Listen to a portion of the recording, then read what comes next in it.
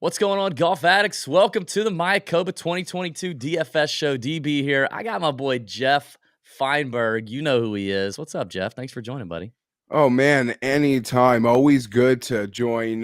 People consider me some sort of original person in this space, but You are. you guys go even before me.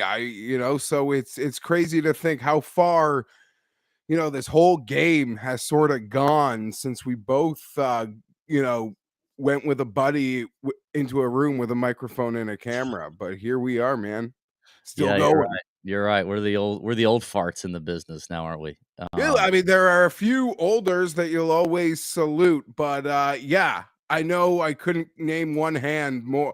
On one hand, I couldn't count the amount of content that was out there, sort of in that very probably nearly identical timelines to you guys and obviously Pat. And I like to joke and that being Mayo's dingleberry has been one of the best things that's ever happened to me. So yeah, let's Yeah. go.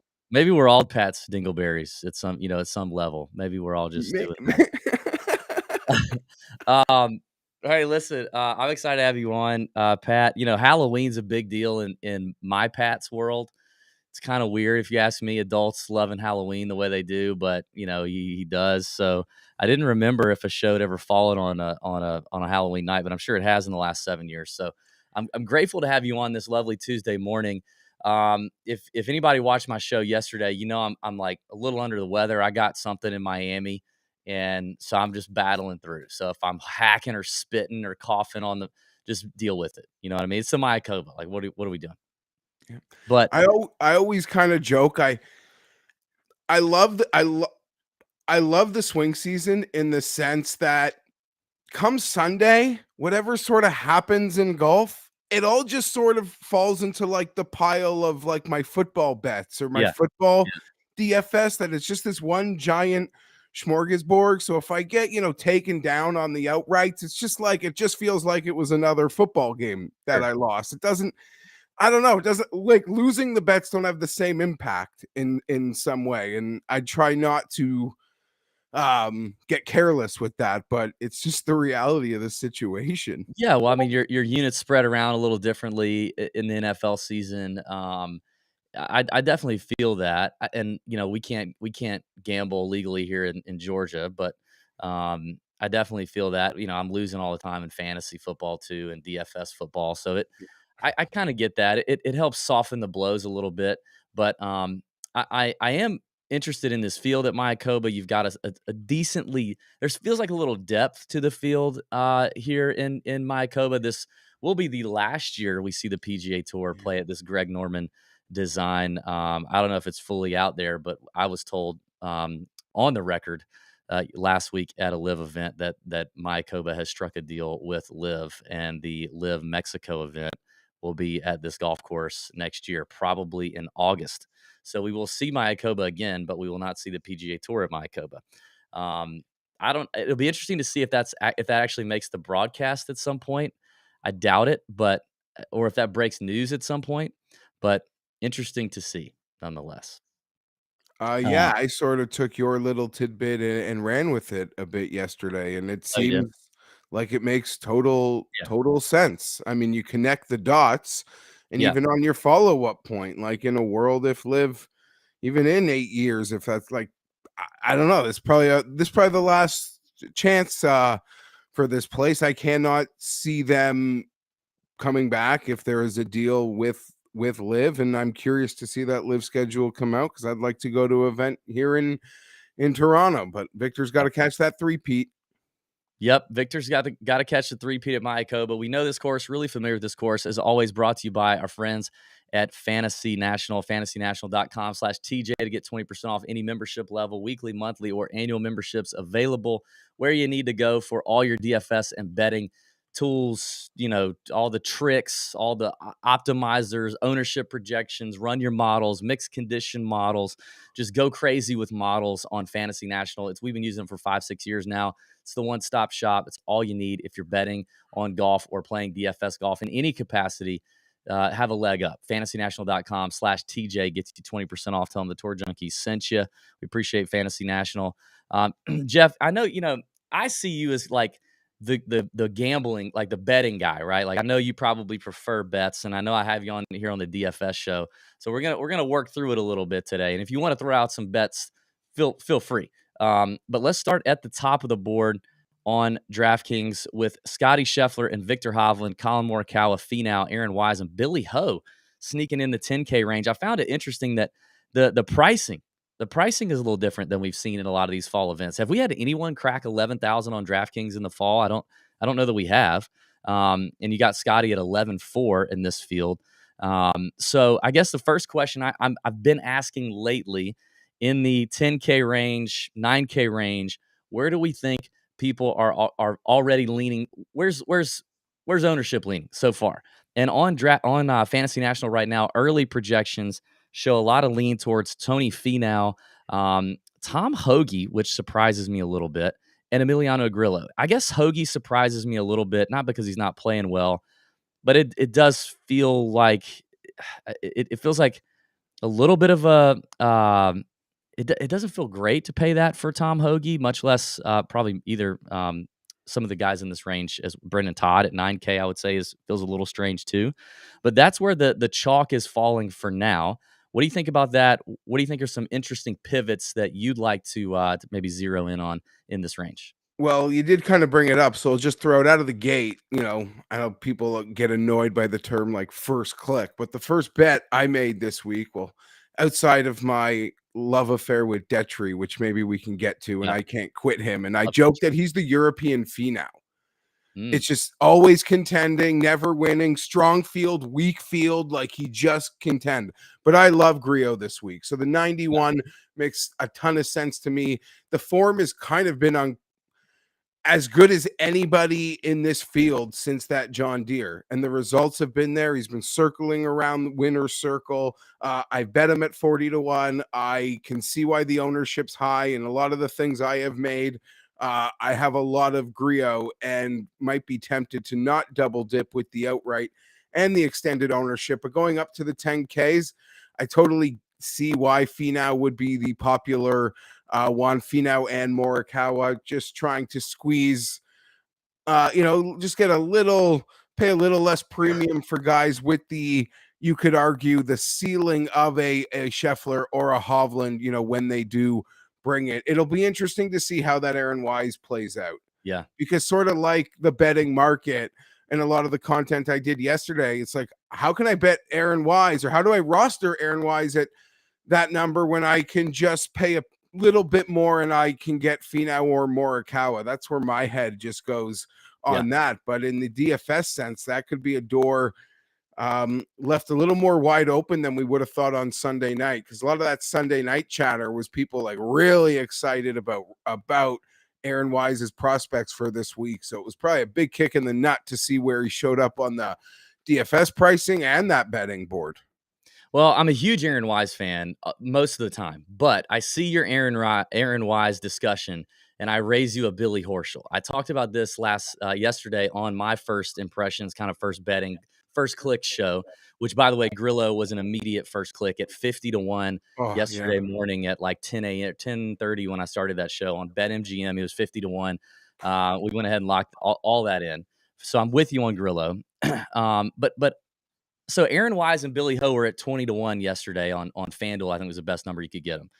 And as I'm talking through it on the show live, like working through it, from an outright standpoint, it just feels like, if gun to my head, who do I trust more to close the door on a Sunday, Billy Horschel or Aaron Wise? And for me, it's Billy Horschel. As much as I can't stand the Gator in him, but and so when I look at the ownership projections, early projections, at least on Fantasy National for now, show Aaron Wise in that 16-17% range.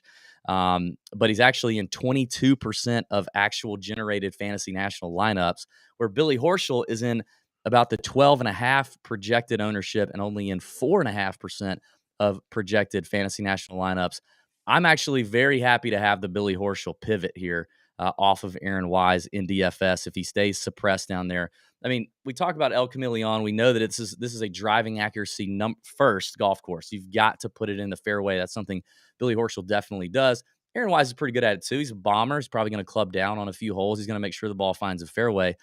Billy Ho's got a tremendous record here at this golf course. So I really like the pivot to Billy Horschel here at 10K. If I'm going above that, which I honestly could see myself having lineups where I start at Billy Ho and go down. But if I'm pivoting up, I think I'm just going to go straight up to Hovland. I talked about Hovland yesterday on the show. He was 10-1.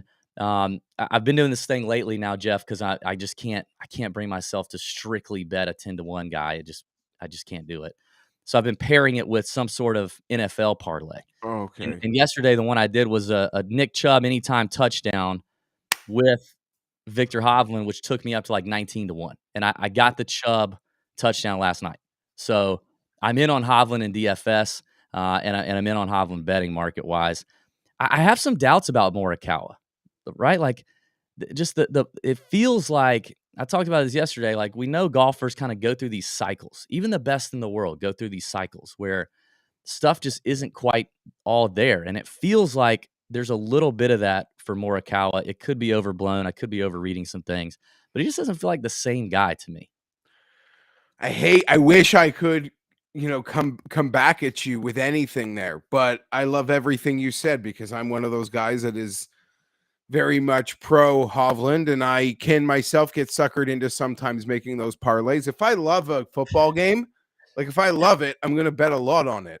And then let's say I take like 12% of that bet and I say I'm going to parlay it with a golfer I love. And when that football game loses, do you think I'm thinking about that like 8, 12, 14% stake that I lost on the parlay? No, I am not. I'm not. I'm just like thinking about the amount that I actually lost on betting that game by itself. Sure. Now, I'm probably telling you something that a DGen, better can sometimes do because you got to talk yourself into things. And the methodical, like pro gambler will be like, you're an idiot. You're just an idiot. Like that take is so stupid. You have no idea how stupid you are. Well, Nobody's claiming to be. I don't bet professionally. Yeah, I bet for fun. Yeah. So like I don't get into that, and I just stress betting responsibly and within your means. So I love all that. I can't combat you on the Morikawa because to me it feels wrong. I would take Billy over Morikawa. I do like that both of them have been playing a lot. It feels. Yeah. So on the pro Morikawa side, I will say he's been playing a lot, and you can if you want to bet him, you're just like, no, he's playing enough. He's just snapping through it, and it's just going to happen. And I'm not really going to argue against that at a course like this at all, but I'm not here for it. I'd rather, and I see he's very popular in the outright market this week, but I don't know. It's not even somewhere where my head is going. I really want to see him snap out of it before I bet it. That being said, we all know Morikawa's ability to just straight have insane spikes. Yeah. Where you're probably gonna miss it. And I'll have to accept that I am not there with it at all. We've talked about a lot of names up here. We've obviously not mentioned Scotty Scheffler yet, and which he also appears to be like Billy Horschel, kind of the pivot move early in projections on Fantasy National right now, projected around 13%. That's obviously a move, right? Scotty's has a chance to kick Rory right back off that world number 1 spot if he wins this week, I believe. So, definitely continue to keep an eye out on ownership projections. As always, we'll talk through those things too in the Nut Hut chat live tomorrow night. I will be in on that. But Jeff, I want to bring up a couple more names in this 9K range though. Does it feel like, and I said this yesterday looking through the betting board, Seamus Power was 50-1. Crazy. Yesterday. I don't know where he is now. I haven't looked He's at this. Still like 40-50. I didn't bet it, but I stared at it. And I was I didn't bet it, but I was just like, that is a good number. And it's embarrassing to say, and I was happy to see the bump this morning, but I'm the loser out here betting Taylor Montgomery 35-40-1. Well, there is a Seamus Power sitting out there in the 40s and 50s. Oh, that will be a kick in the nuts, and it'll make you feel extra stupid if Power is contending again. but I'm just not. I don't know why. I'm just not there. Like I'm I, not there. He didn't even survive many cuts as I try to formulate my card. Like I got rid of him quickly, despite the number. So he was right there yesterday on the First Click show. So there were 3 of them there. Grillo, who we've already mentioned, he was at 50 to 1. I think the best number I found on Detry was 45. We're going to get into him here in a second. And then Seamus was at 50 to 1. All 3 of those was like, man, all 3 of these we're going to hit. I mean, but Seamus specifically, we've definitely done this in the past. I've been on the right side of it. I've been on the wrong side of it, where you overthink the guy who just won, right? And you go, no, I'm out, or you just know that the guy's not going to win in back-to-back years, and then Victor Hovland does it again, or freaking Matt Every does it, right? So we definitely have overthought some of these things in the past. But when I look at Seamus, especially, so say what you want to about whether you can click on him in the betting side, but at 9,300. He should be priced coming off the victory at a place like Bermuda, which is very similar to this golf Yeah. course. Coming off that victory, and he should be priced above Mav McNeely, above Tom Hoagie, above Yes. Taylor Montgomery. He should be Yes. priced above all those guys. And Fantasy National's early projections have him at 5.5% ownership. That is a slam dunk. Even if you can't get there on the outright card, or there's too many guys in that range you've already got exposure to, you're out. I get it. But from a DFS standpoint, I think it's crazy if we ignore Seamus Power at 5% at 9,300. I totally agree with all of it. And to just put some gasoline on it, despite not being a part of it, look at what's happened in the last year and a half in golf. Like guys win and they Yeah. stay hot. Guys win and they used to take time off because they won. Yeah. They're like, no, I'm in form. I'm playing well. I'm gonna just play the shit out of this. And there's more money being thrown out there now too. So it's like, let me keep going. Let me get the bag while I can get it. So I am one of those people, and historically, it really never backfired on seeing guys win and just stepping away. Like we saw Bryson do it in the FedEx Cup a few years ago, which was a very quite an achievement. But it was really something that if you just took that strategy, it didn't really hurt you at all. And then between what happened this year with the Scheffler and Finau, and I'm probably missing another couple guys that just won and just stayed at the top week after week. Sam Burns feels like another. I'm silly. I don't know. I don't know what's wrong with me, but I'm not a part of it. I'm not part of it. Maybe he'll come around by the end of the week. All right, let's get to the 8K range. Before we hit the 8K range, we talk about our boy Detry. We'll let Jeff go crazy on Detry a little bit. I want to play a quick video for the people. Check this out. That early morning tea time is coming, so instead of hitting the snooze button, let me show you how to revolutionize your day with Front 9 Coffee. Because I know you don't want to watch a 3-minute video. We preheated the water, got out all the equipment, pre-soaked the filter. I just didn't grind the coffee. Everybody needs a good caddy. The most important part of the perfect cup of coffee is the pour. Making sure you have the right amount of water is essential to the perfect cup of coffee. Remember, you're not pouring water over coffee beans. You're pouring water over the beans of life. Just remember to do it in small, tight circles. Congratulations. Now that the brewing process is over, you have yourself the perfect cup of coffee. What makes it perfect, you ask? Not the process, the beans. It's nice having a good caddy. Yeah! Shout out Pat Perry, his acting debut in Front 9. We appreciate those guys. Listen, if you guys want to support us and support a local company in Augusta trying to do big things on a national scale in the world of coffee and golf, check out front9coffee.com. That's front, the number 9coffee.com. And use promo code TJ10. Get yourself 10% off any order and your entire order. And go check out our own blends of coffee. Mine is still continuing to be a hot seller in the streets. If you guys haven't checked mine out, you got DB's Bucket of Nuts. It's a lovely hazelnut blend. It's everything you want in a delicious tasting coffee. Or you could check out Pat's Bump and Run. It's a Milano, espresso Milano. It's a little bolder, a little stronger. We all know how, Pat's kind of aggressive at times. So check that out. Front9coffee.com, promo code TJ10. Jeff, we need to send you some Front 9 coffee. They actually ship to Canada too. Anywhere in the U.S. and Canada, they'll roast it when you order it. Then they'll ship it to you in a couple days. Show up at your door. We'll get you some. Love that. I was very much into that commercial. Look at Pat. He was doing his thing, wasn't he? All right. 8K range.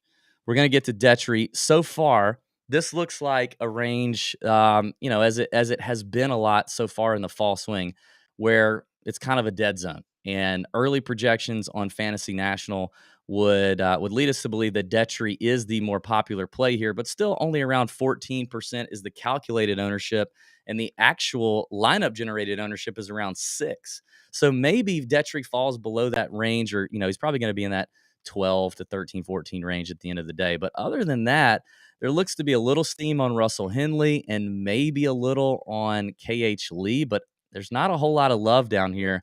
But we both love Detry. Talk to me about your European Tony Finau. Yeah.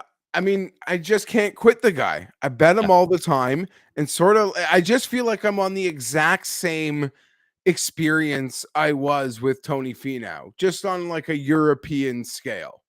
Those like Rolex series events with some of the bigger names, you see his name pop at the top. The worst, most pathetic fields, you see him like contending, finishing, T5. And even in his early run here, since acquiring his card and being great in the Korn Ferry playoffs and just turning that into great finishes and FedEx Cup points for himself and money for himself. But I'm not one of those people who are each weighing him either. It just feels like I'm on that Finau ride again, and sort of like Finau. I mean, listen, there's nothing that happened in the majors. I'm making a joke, but Yeah. He's a late bloomer. Like, Yeah. he's not young. Even since he started contending a couple years ago, he's already, I believe he could be flirting with 30. When I open his profile in Fantasy National, it's not, I'm looking for like, it's not like Wikipedia. Yeah. But yeah, no, it feels so much to me like the Finau experience I was on for years, and just betting the guy, always contending, can never quit, whether he's the, near the chalk in horrible European field events, or, above 50, 60, 70 in field events where some of the bigger names show up. And even off having great form, you see 4 or 5 elite players decide to play, and he's 50-1. And you think, I'm not going to bet like this. Yeah. When I said first click Griot was like my real bet, because Thomas Detry was like a blind, I can't quit whatever the number is. Yeah. Yeah, we're just staying on this train. He would have had to be in the Aaron Wise, Tom Hoagie range for me to like maybe not bet him. Yep. No, if he was in the Hoagie range, I'd bet him. The Aaron Wise range would have what it would taken. So yeah, I'm in on any number.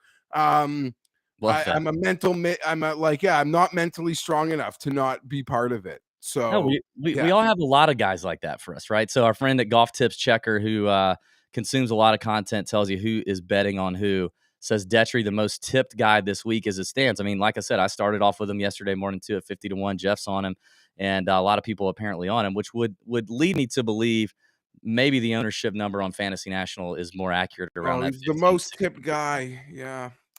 This is horrible. No, this is the week. This is bad.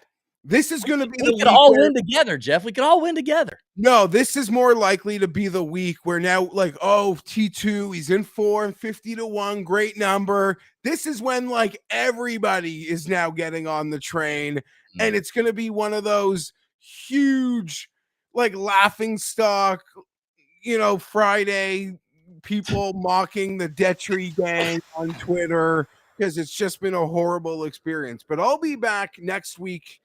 Talking him up again. Like, I'll be back. If there's heartbreak, like, I don't know, RSM, Houston, I'll be back. Yeah. We got some folks in the chat watching live. Jackie Paper says, yeah, Detry's going to break my heart. There's no doubt about it. But listen, it makes all the sense in the world. It is a smart bet, at 50-1 from a DFS standpoint, 14, 15%. If you have that kind of conviction on a guy, I mean, we've seen so much chalk play so well in the last 12 to 18 months. He may be chalk worth eating for sure. I guess as we continue to look in the 8K range, are there any other pivots in here that are interesting to you? I talked about KH Lee yesterday. I think he was a bet for me at 60-1. I feel like that was a pretty good number on KH Lee. I mean, Yeah, great does number. well in a birdie fest. This isn't going to be a 26 under, AT&T Byron Nelson, but really liked his last showing. I can't remember what the last tournament he played. Where was he? Might have been out of the President's Cup CJ. when a bunch of those guys played really well. Yeah, CJ Cup finished third, gained strokes across every category. I think he gained 8.5 strokes ball striking. I think KH Lee's kind of taken a little. I think he's kind of taken a step up, a little baby step since the second win at the Byron Nelson. I think a player like him, you get that first win, and you may even. I mean, we talked to players about this. Like they wonder, was it fluky? Can I do it again? And I think for a guy like KH, to do it again and get it done, even though it was at the same golf tournament, and then make the President's Cup, have a good showing there. I feel like this guy's kind of going to take a step, and maybe not many people are noticing or paying attention. So I do like KH Lee in this range. Other than that, I mean, I can see some names that I would potentially I be interested to pivot to, but I, I don't love this spot. I could be one of these suckers that overexposes himself on DraftKings to Putnam Oh, I this have a week. deep Putnam affection. Yeah, Yeah, yeah, the I struggle with Putnam. 8100 kind of calling my name. He has had some quality performances. I mean, if you look at his fantasy national, off the tee is killing him. But if we're clubbing down this week, Yeah, we could be okay. And if you consider this, he's in the last 24 rounds, he's 123rd in this field off the tee, which is, oh, that sounds horrible. That sounds horrible. But if he's seventh in sorry, where was I just looking? In tee to green, he's 39th. So in somehow he is oh, his over act. overcoming that horrible off the tee game. And if he can club down this week, and maybe it doesn't hurt him as much. But I also know that when I get myself on Putnam, he's gonna put one in the jungle. Like that's the problem here too, right? We're just straight into jungle. So the bad one is gonna hurt you, and you're gonna leave birdie opportunities on the course. But at 8,100, I am staring at Putnam, and I can't imagine many people at all are going to own Alex Noren. I could assume maybe he could be the lowest owned player in the 8,000s. Is that what the early projections are showing? Let's see. In the 8,000s, early projections show like Adam Hadwin around 4%, but Noren at 3. Yeah. Yeah, that doesn't. So at 8,500, there's just some yeah, there's a lot of things that aren't looking too pretty for that sort of price. Yeah.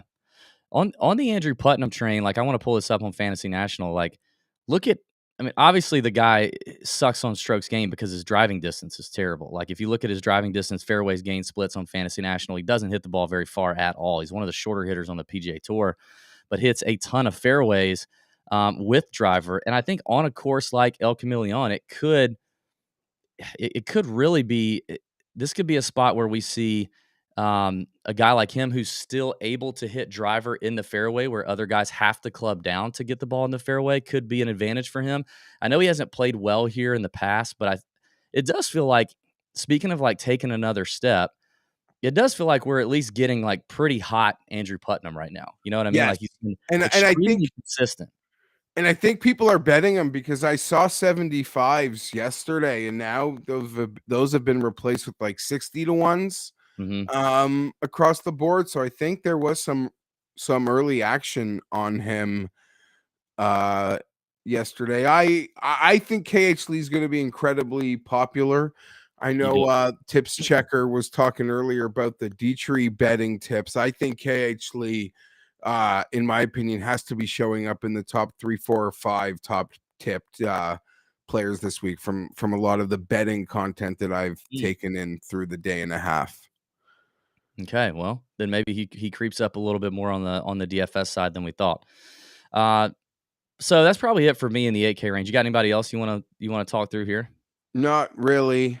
Yeah, I'll That be sort of skipping this range because I don't that got it. brings us to Patrick Rogers. What are your thoughts on Patrick Rogers, Jeff? As a guy who's been in this game for a long time, we've all been, in bed with Patrick Rogers many weeks in the last Well, 5 to Yeah, 7. I mean, like, to date us, I guess he was, as in that timeline we sort of spoke about off the top, he was the top, like, the number one prospect, would have been first overall pick in just like an NBA draft, NFL draft sort of term, right? And he was the top am, and I don't know. I'll be happy for him when he wins. I'm not a guy that bets him. I haven't missed anything. He's got a bit of his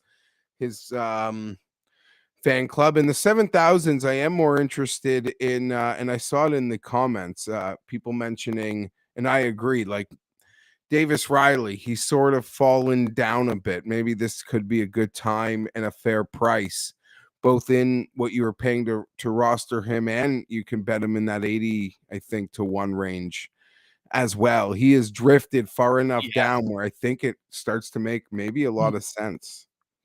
Yeah, Riley's interesting to me. It does feel like his ceiling is way up there, but he's definitely seemingly fallen out of some form here lately. But definitely a name that carries a lot of action there. I mean, I think so far up here in this top range on Fantasy National, your most popular players appear to look like Hayden Buckley at 75, Aaron Rise catching a little bit around 11, and Lauer at 12. Which kind of makes me excited for, I mean, you mentioned Riley. He's projected around 5% on Fantasy National right now. But Sebastian Munoz, to me, at 7.5% is very intriguing. I'm looking his way. And then I've been trying to come around. I've been trying to be one of the first ones to knock down the Harris English door again since Yeah. he's kind of come back off of this injury. Because, I'm not saying he's going to just all of a sudden show up and be the Harris English that he was before he got injured. I mean, Harris English was setting the world on fire before he really got hurt. Like the top level game is in there. And if he's starting to come back around, he's definitely played a lot more here in the fall, which has been good to see. English is enticing to me as well as Munoz up here in the top. I know Pat's a big Aaron Rye guy. Justin Lauer, this seems like another great spot for him. Kind of a short hitter's course, putting, making birdies. And I like him. I don't know that I like a 12% Justin Lauer, but I'm interested. Any other names up here in like the 7,500 or above spot? Burmeister, I Yep. think, could be a little sneaky. He's starting to come around. That's one I wouldn't mind. And where did I just have? Jackie's got some nice comments in the chat today. Burmeister was sort of the one that I was staring at, even at like 70, 80 to 1 on a betting situation. He is Had a bit of my attention. Right? Like he's not going to be able to hit driver anywhere here. Maybe on a couple of the par fives because he hits it long. He's longer than Detry, isn't he? Probably, I would think so. Burmester bombs it. Yeah, that's probably it for me. I know people are asking about JT Poston in the chat. JT concerns me a little bit with the accuracy. Like his strokes gained off the tee numbers, he's not gained strokes gained off the tee in his last 7 events. And I don't love that. I don't love that at all. Like he's lost it a little bit with the driver. He's not a long hitter, but the fairways gain numbers aren't great for JT Poston. I don't love it. He could certainly find it and have a great week, but I don't love Poston here. I see some people asking about him in the chat. As we work down lower 7K range, you got guys like Francesco's here. I didn't even realize Francesco's here. Mark Hubbard seems like a great Mark Hubbard spot. I don't know how healthy Mark Hubbard is. He's had a knife fall into his foot and a laptop drop on the same foot in the last 2 weeks. I had him on the show. I interviewed him last week, and he wasn't feeling great about it. And I haven't dropped the interview yet, but it wasn't feeling great for him. Who knows? He could be better. We'll find out. Maybe we'll drop that in the Nut Hut on Wednesday night. But you've got him. You've got Sepp Straka in here at projected around 4%. Your most popular plays in the 7 to 7,400 range appear to be Joel Damon, which I see people in the chat asking about. Adam Long is the name that I've seen a lot already thrown around on Twitter. I talked about him yesterday. He was a first click at 90 to 1 on FanDuel. It was a gross misprice on FanDuel, if you ask me. But clearly, it's translating to the DFS streets as well. He feels like a safe play at 7,400 to make the cut, maybe get hot, make some birdies, and potentially contend. 13% Adam Long feels a little queasy to me. But Mhm. other than like Long and Damon, it looks like anybody in this range could really be a nice pivot. Well, I also expect Cameron Champ probably to be Maybe. high, if not right near Long on that ownership. Long probably feels like the safer play, but Cam Champ sort of feels like more likely to pop a ceiling, at least historically. For me down here, though, it's probably it's a boy from your backyard, isn't Grayson Sagan Augusta guy? He's an Augusta guy. I had his name start. I wanted to talk about him. I'm glad you Yeah, brought him yeah. up. So that is probably my favorite play here in that He's below playing really seven well. seven five in front of seven. That would be the name that I am most attracted to. That is going to be a name that I'm guaranteed to be overexposed on in DFS. Yep, projected around 8 or 9% on Fantasy National. So not terrible. He's one of the higher ones in this range, but yeah, I definitely agree. He's playing really well. Love that. Um, this could be just, I have these guys on the show and then I start to really like them personally and then I have a hard time. But I'm excited to see EVR kind of getting back from the injury, also doing well. I guess I'm just talking about a bunch of injury guys, Harris English How and many EVR. times has EVR played since he's come back? Yeah, Just he's played a handful of times. He played last week, finished 35th, and I think he played a DP World Tour event or two that's not showing up on Fantasy National, but he's played at least twice. I know that with the 35th place finish last week at the Butterfield. So, I mean, EVR, what? I guess he won. What did he win? The Barracuda or the Barbasol or something? it was the Barracuda, the one that was the Stableford. I think he Okay, won. all right. That's not the one I was thinking that he won, Maybe but he did win the Barb. I don't know. EVR, I like. Byung-Hun An's playing well right now. I'm interested with him. SH Kim down here at 72. Austin Smotherman feels like a safe cut maker who, Yeah, if he could ever figure out how to play on the weekend, um, he's gonna win. Like his weekends are terrible, absolutely terrible rounds 3 and 4. So those are some names I like, and none of those seemingly are carrying a whole lot of ownership at this point. So we could have some leverage. Russell Knox is obviously a guy that gets a lot of talk because of his record here, which I is like fine. Knox. Knox and Yeah. Smotherman are would be my more favorable, Okay. um, right in front of that 7,000 there. I agree. Smotherman feels safe. Knox beat the record. There's just been enough like just ticks of life that I certainly trust rostering him, and the off the tee stats I feel like shouldn't be less of a concern. Guys like that, who don't hit it far. The off the tee stats, they're atrocious, and they're obviously compounded by these guys go to courses that are so big, and these guys feel like they have to swing out of their shoes, and it Yeah. creates a lot of problems. When they know they can just hit driver and not feel like they have to completely maximize it, I feel like that's a whole different dynamic, which then really allows everything else to take hold. But am I expecting Russell Knox to win? No. Has this place Yeah. like awarded shitty, shaky putters? Yeah. But am I still expecting Russell Knox to make the amount of birdies? Like the lowest Russell Knox can go, I still don't believe could be good, would be low enough. Yeah. But Yep. I still like him this week. I agree. I think I talked about him as a top 20 bet yesterday. I think it was like plus 330 as a top 20. That would be like some Russell Knox exposure in the betting market for me.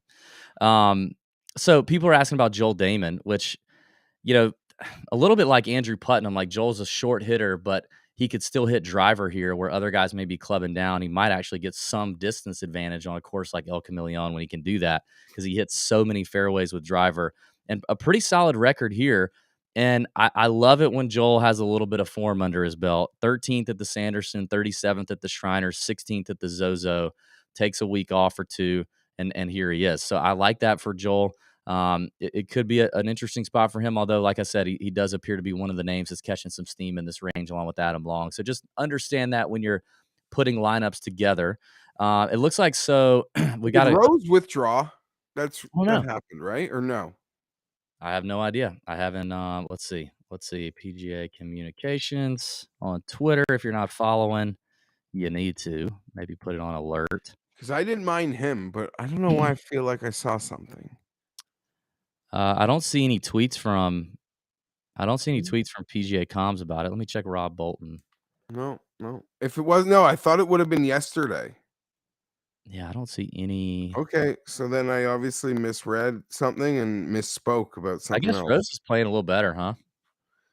Yeah, this is the exact sort of place where I feel like he could play well. Yeah. And he's very familiar with these sort of courses. He is like he lives on the Hero course, doesn't he? Yes, the one in the Bahamas. Yeah, Yeah, so yeah, and you just put Justin Rose in the fairway. I'll yeah, take that sort of Justin Rose on a short course. Okay, I got to reevaluate that because I really thought he withdrew. And I'm into Rose, and he yeah, has been showing a lot of life. He's been, I don't know whether it's a lot of life or like in the tournaments he's been playing, there's been an insane low round that really gets the attention of TV and me, I guess. I don't know which one it is. Maybe my perception is not matching up with reality on that one. God, I don't want to get into this now, but there's a name that I actually haven't thought about, and for some reason I haven't thought about it that I'm shocked hasn't gone to Live. Yeah. I don't Doesn't really he feel like he know. fits the mold? Certainly fits the molds. Yeah, all his Certainly boys over there. all of his boys, makes you think he probably turned something down because there's no reason to think he wouldn't have Yeah, gotten the same offers, yeah, of the Stenson, the GMAC, the Sergi, like just that. Yeah, you said it. His crew, Wheatley, they're yeah. all there. They're all there. So it seems like he consciously is still here. Yep. Before we get into the 6K range, a couple of questions here coming in on the chat. Maybe, Jeff, we can just throw some quick thoughts out. Dave is trying to decide between Hostler and SH Kim Boy. on that last spot. I'm definitely a big SH Kim guy. I talked about him before his first start coming out of the Corn Ferry Tour. I think he struggled a little bit last week. Yeah, missed the cut and then a 64th at the CJ Cup. But I like his game, his fit maybe a little better here. Hostler's a bomber. He's going to be clubbing down out here a good bit. He is in good form. Is he? Oh. Yeah, he's 16th at the Zozo, 25th Fortinet to start his fall. That's not bad for Hostler. Yeah, I guess his ball striking has been horrible the last 24 Yeah, rounds. he's Like his tee putting. to green is off, but his putting is fantastic. So, Mm-hmm. So I and mean, if I'm you a hustler guy. I've been suckered into some of that, and yeah, I mean, I don't know. I get for DFS. I'm not gonna besmirch it. I'm not gonna. yeah, What was the other guy? Kim. SH Kim, yeah, I'd probably lean SH I think I would too. Kim. I Yeah. think I would too. Yeah. What about? Oh, so here's a they. I don't know if Jack is aware of your affinity for Danny Willett, but Oh, this is not a DraftKings question, but he's got a Danny Willett each way question. Are you ready to fire on that? I might be, and only because I saw a couple people I respect picking him this week, which Yeah. sort of like I can always have my arm twisted on Willett. But Yep. when I see people that I have like respect for who have no bias saying, you know what? This place Danny might Willett's kinda be popping. right in the Danny Willett wheelhouse. Yeah, I'll be in on Willett. I'll be in on Willett. Yeah. All right, let's talk 6K. Let's talk some of these scrubs down here. Early projections on Fantasy National as of now show you got Kevin Yu, Ben Griffin Yeah. all around like that 10%, 11% range, which would be chalk for the 6K player. And then Tyler Duncan after that at around 8 or 9% down there at 6,500. Everybody else open game. You're going to have pretty low ownership on most of these guys. Who do you think is who's popping for you down here in the 6K range that you might dabble with in some DFS? Because the pricing not being quite as soft. That gotta pay up for the Hovlands and the Schefflers if you want to this week. Not as much as we've seen in the fall season so far. So some of these names are going to be pretty valuable to have in your lineups if you want to play those guys. Yeah, certainly. And if you look at the guys, the past winners here, there's a lot of like poor man's versions of those types of players, Yeah. if that makes any sense. And you're Yep. not, so, that being said, like Doug Gim, it's just nothing but like red right now, which is Yeah. kind of frustrating because I you'd think that this could be the sort of place that could work for him. The Harry Hall, Scott Piercy, I don't hate. And I totally get why Ben Griffin would be the most popular, probably under 7K, because at Yep. least on Fantasy National, he's got the most hot green, or the he's Yeah. really showing up in where you want to be showing up on this golf course. And He got his in that TV time on Sunday, Yeah, for and in anybody that that has pay to up watch. area, in the 6Ks, I don't mind Brendan Wu if that works, but I know I like that. most people are probably, sitting with less than 6,900 as they're trying to fill that final spot based on, some of the names I really don't want to touch in Yeah. the other ranges. Endicott could be, I don't know if that's just like fanboying or even Harry Hall. His Schaub shows an ability to spike at times. This is a part of the pool I really don't like playing in. Yeah. I am more of a like not a stars and scrubs builder. You're not. Okay. Yeah, so I try to not be here. I don't trust myself more than anything. Yeah. Sam Ryder showing that life though. Maybe he could. I was just about to say Sam Ryder at 68. I don't mind the miscut last week. But he's been playing consistently, can play in a birdie contest. You mentioned Brandon Wu. I like. I understand the price, but there is some leverage up there with Brandon Wu and some upside for sure. Like, CT Pan at 6,800. He's not and doing anything great right now, but he's got a good solid record here. Callum Tarrant was like a darling last I love week, him. so I I think love people like, how can you not go back at this price? Sort of. If you were part of that last week, with that hype, then I think you got to stay on that wagon for at least this week because, the form is still pretty strong there. How do you feel about guys like I tend to try and so my affection for guys like Callum Tarrant, guys like Aaron Wise, guys that hit it a long way and they gain a lot of strokes and distance. Callum Tarrant bombs it. When they get to a course like this, again, distance is always an advantage, but it's less of an advantage, right? He's going to be hitting to similar spots with these guys. He's just going to get there with a different club. I tend to really make myself like hyper aware of that so that I don't get caught up in the same love that I may have for that guy on the majority of other courses on the PGA Tour rotation. So, like for a course like this, it does make me just caution a little bit about Callum Tarrant because it takes away that weapon, right? It's like it bridles a guy. Like think of Cam Young, like Cam Young on this golf course. It's going to bridle him. It's going to hold him back a little bit. So it Yeah, takes you away don't want to the bet a guy, well, you want a guy having his strength. If you're yeah, investing money into him, you don't want to take away what he does best or what separates him most weeks from the pack. I get that.